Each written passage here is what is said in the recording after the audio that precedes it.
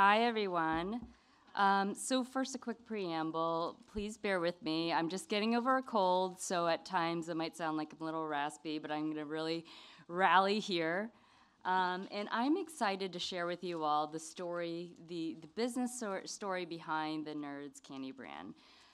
I'm lucky in that I have been on the brand for just about 4 years, and during that period of time, I've been able to witness and be a key part of the amazing growth that the brand has driven in the marketplace. So I'll take you through a little bit of the journey. Here's my phased process that I'll take you through. So first and foremost, quick show of hands, because I hear some wrinkling of wrappers, but who all in the room has tried Gummy Clusters?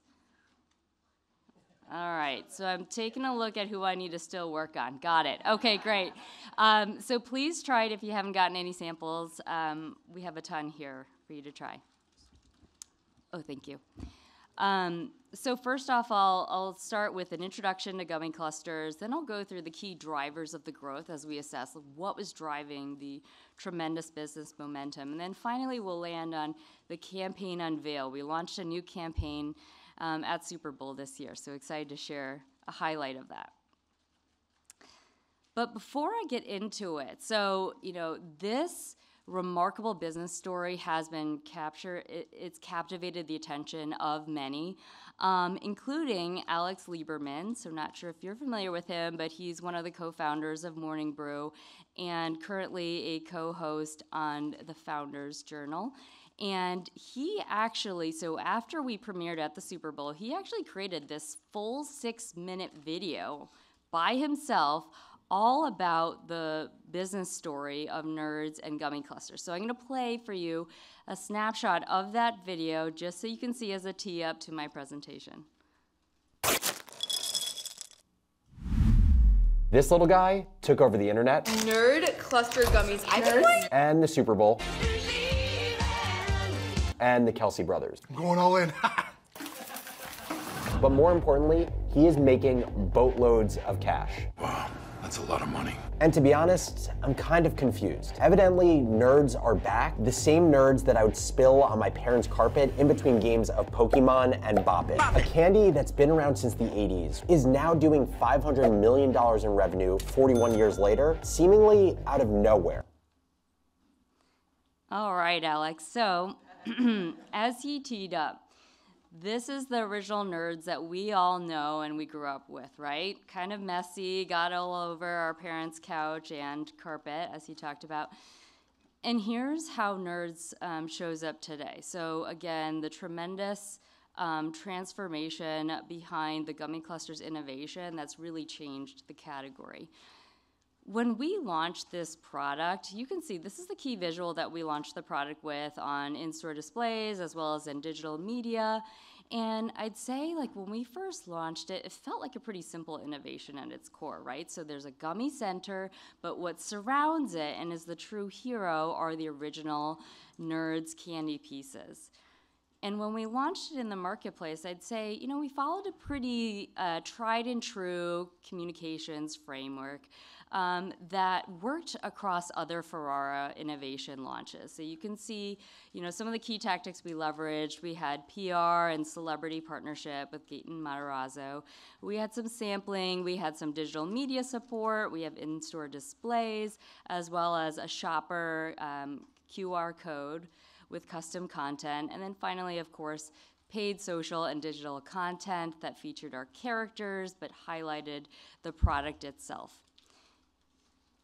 And past that launch, I'd say generally, we felt like the campaign did a pretty good job. We drove over 1 billion impressions across all channels. Again, it felt like we were delivering on, hey, this is a tried and true framework. It's delivering on our major major key metrics from a paid, owned, and earned standpoint. But what really caught us by surprise in a good way is the organic consumer groundswell we saw when we first launched the product in the marketplace.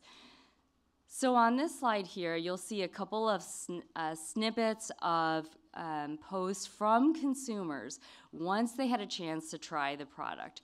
So in the early days, when we first launched the product, a lot of there was a lot of chatter from consumers about, where do I find this? And that's what we saw overwhelmingly when you searched hashtag gummy clusters.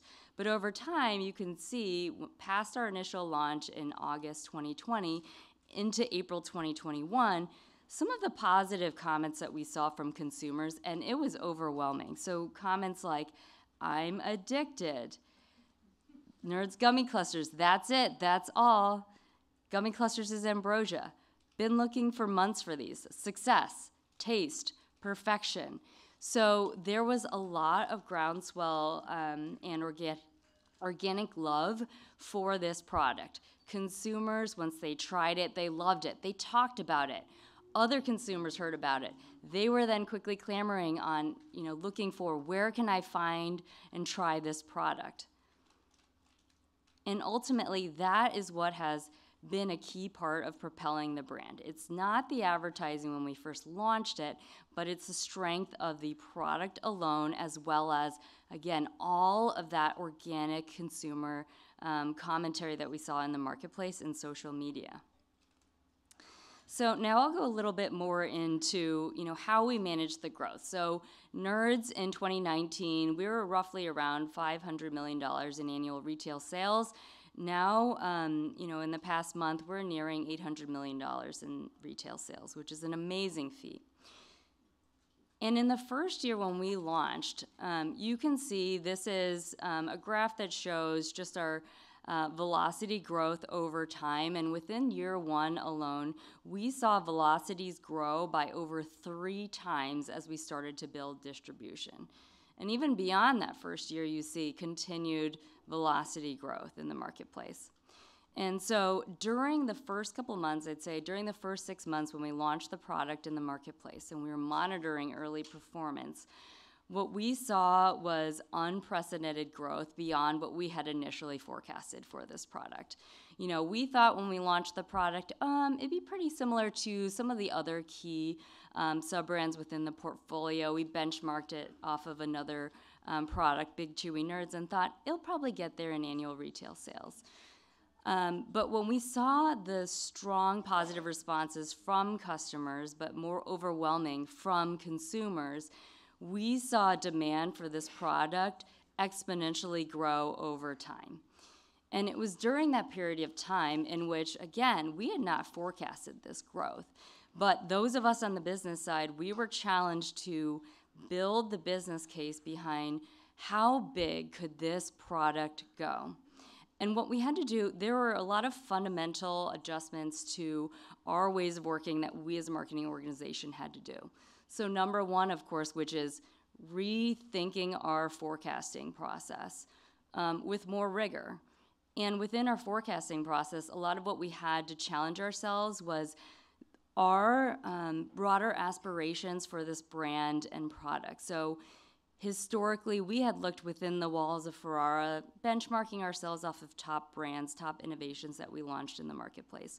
What we had to do as we saw the early strong growth was, how do we benchmark ourselves to look at strong velocity growth from the top brands in the category? So I'm talking about Skittles, Sour Patch, Haribo. How are they performing in terms of velocity and distribution? And based on the strong results of this product, we have a right to command that distribution that the top brands in the category are commanding. So it was around that time that we started to build the business case to make sure that we were building up manufacturing capacity to support this growth. At the same time, again, fueled by consumer groundswell for the product, we saw a lot of coverage for NERDS, and you can see there's a lot of love for the brand from the everyday consumers. But what we saw early days when we first launched the product is Kylie Jenner was one of the first highest profile influencers to talk about this product. And when she posted about gummy clusters on her Instagram, we saw searches for gummy clusters exponentially grow. And over time, you see how, again, there's a lot of love from the brand, and we're just so lucky to be, to see that love from the likes of Lil Wayne, The Weeknd, Addison Rae, the Kelsey brothers. So just a lot of instances where organic love for the brand really comes from the consumer and a really strong product proposition.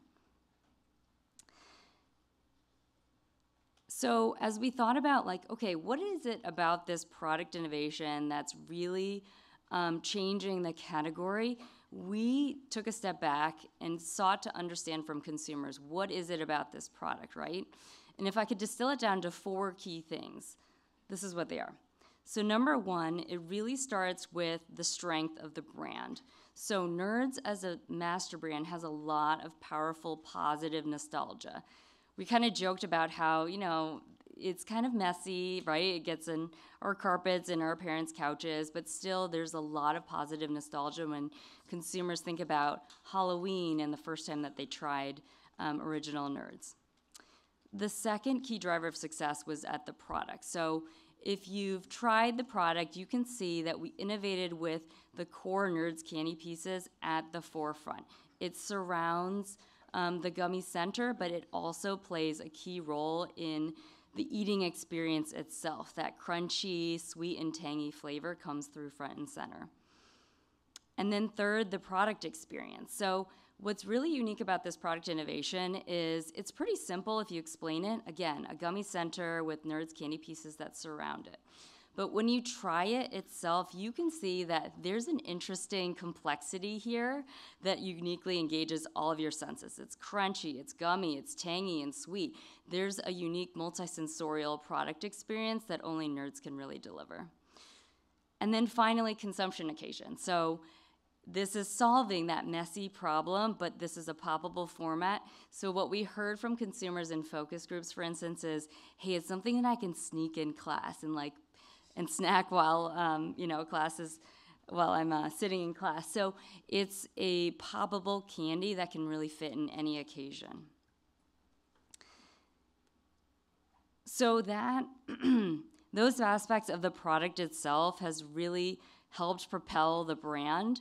And so I think this slide is very telling when you look at the tremendous growth of the brand. So again, starting in 2019, before we launched Gummy Clusters from 56 million, 50 million, all the way to now in 2024 in 5 years where we're exceeding $800 million in annual sales. And that's been fueled by 2 main things. First and foremost, household penetration. So when we look at our household penetration in 2019, we were at 6.8%, whereas now, we're over 20% household penetration.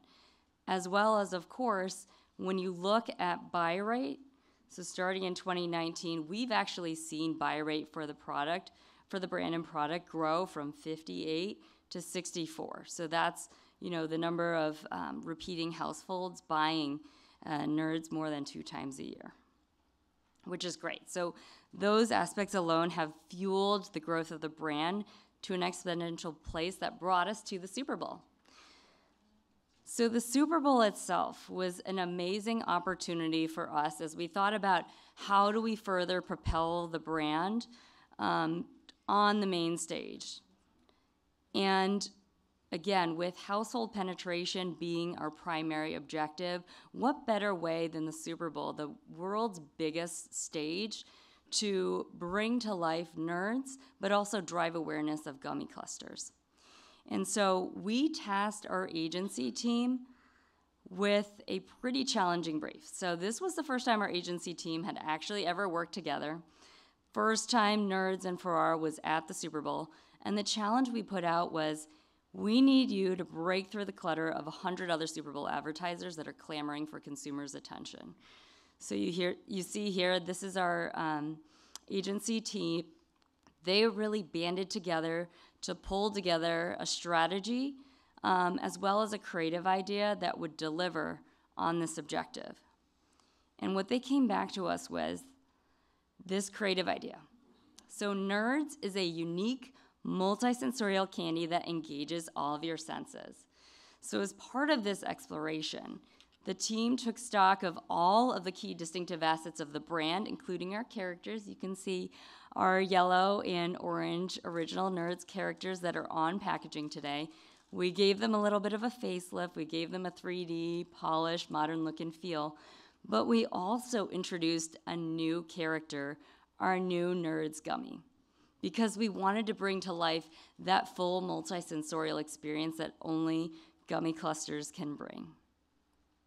So as we thought about how do we introduce this new character to the marketplace, our agency team came back to us. We built out this phased approach to engage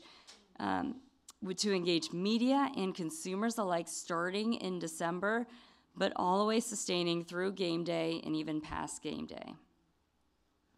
And as the agency team as we all put together our plan here, the creative idea really centered around this iconic moment.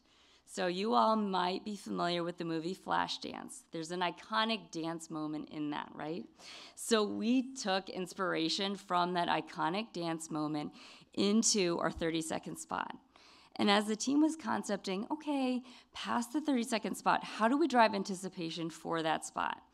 We were developing a teaser campaign idea, and what we decided to do is leverage a Gen Z icon, Addison Rae. If you remember her from a couple slides ago, she is an authentic fan of NERDS.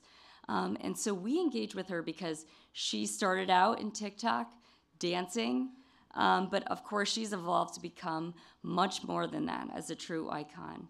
And what better way to partner with Addison in introducing a character than having her teach it how to dance? So with that, I'll play the teaser spot. All right, from the top, watch me do it.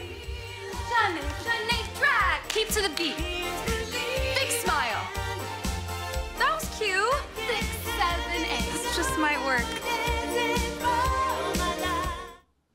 Okay, so you don't see who she's coaching, but a lot of anticipation, a lot of folks thinking, like, what celebrity is it, right? So Addison was such a great partner in that dance routine there, she choreographed that. Also, you can see some of the quotes. Honestly, I'm in my NERDS Gummy Cluster era. I mean, you cannot get a better quote from a paid spokesperson for a brand, and it really was fueled by her authentic love for the brand. So she was a great partner. So past that, our 30-second spot itself, I'll actually play it for you. You can see the introduction of our new NERDS Gummy character and how that whole flash dance routine comes to life. In a world made of steel, made of stone.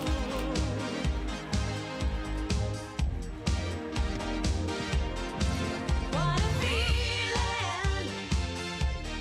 Here's believing. The union of fruity sweet gummy and tangy crunchy nerds.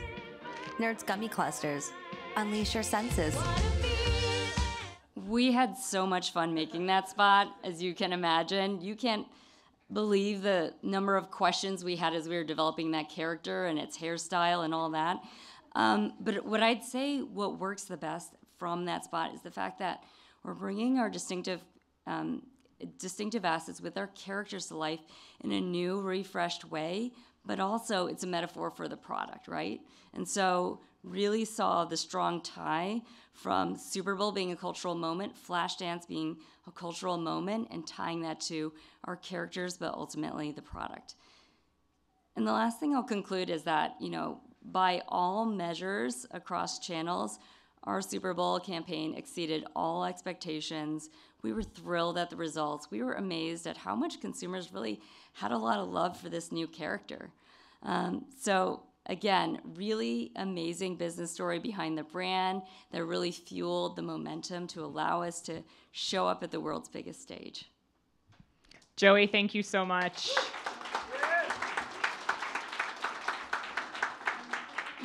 Joey, I'm an authentic lover of the brand as well. I'm probably a little cheaper than Addison Rae, and I may or may not know the Dirty Dancing dance. So if you're looking for talent for your next Super Bowl ad, I'm just saying, right? I might be available. Yeah, I'll grab your number. All right. That's great. I didn't even think it was going to go anywhere. Questions? Oh. You said it was your first time doing the Super Bowl, right? Yes. Can you talk a little bit about from like a media strategy or even like a budget, like what's involved with like how you make that decision, and then whether you also had all the budget you normally have to market the rest of the year, or is it like a decision of we're going to go really big here and hope that that carries the brand? Yeah, that's a really great question. So I'd say overall, from an overall media investment standpoint, we've increased our paid media investments by over 3 times, just fueled by the growth of the brand, which has really afforded those investments.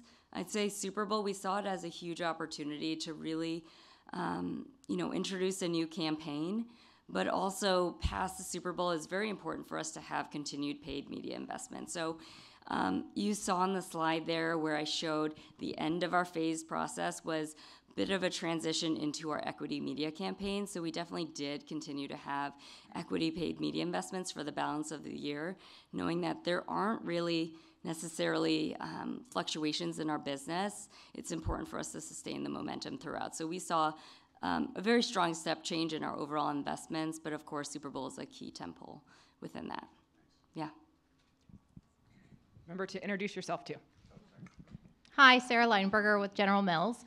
My question for you, so it sounds like this was an innovation like many innovations, but then you guys were able to rally quick enough to really kind of fuel the growth. Yep. What did that look like internally, and what did you need to do to drive that conviction? Yeah, it's a really great question. I mean, it was really challenging behind the scenes, I'll be honest. Like I said, all the previous forecasts had not anticipated this level of growth. We looked within the category, we even looked beyond the category, we looked at other proxies like White Claw, where they saw this sort of viral effect behind the business. And ultimately, what we had to do is, again, as I said, challenge all the previous key assumptions behind what we envision as velocity growth, what we envision as distribution growth, to project a high side of the business. I'll say it was definitely not easy at the time. The high side growth I had projected, our COO at that time kind of laughed at me.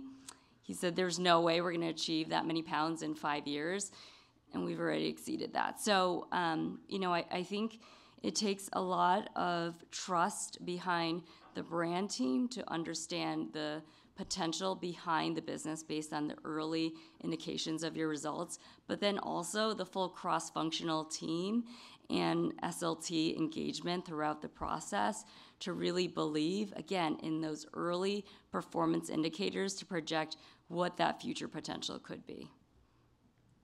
Joey, thank you so much. Yeah.